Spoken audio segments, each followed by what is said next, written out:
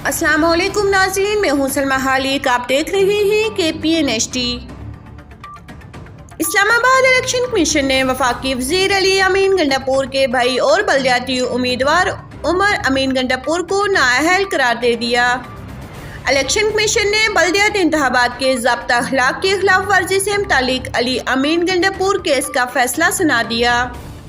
Chief election commissioner ने फैसला सुनाते हुए कहा है कि PTI उम्मीदवार उमर अमीन गंडापुर DI खान सिटी मीर की नशिस्त पर इलेक्शन नहीं लड़ सकेंगे।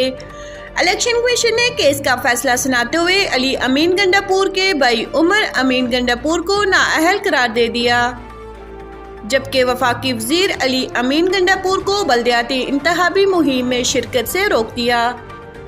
ताहम इलेक्शन कमीशन ने अली अमीन गंडापुर के डेरा इस्माइल खान जाने पर पाबंदी खत्म कर दी और कहा है कि अली अमीन गंडापुर घरेलू तकरीबात में शरीक हो सकेंगे। इलेक्शन कमीशन के फैसले में कहा गया कि अली अमीन गंडापुर ने फिर खिलाफ वर्जी की तो सख्त कार्रवाई होगी। मज़ीद न्यूज़ अपडेट्स के लिए देखते रहिए KPN HD।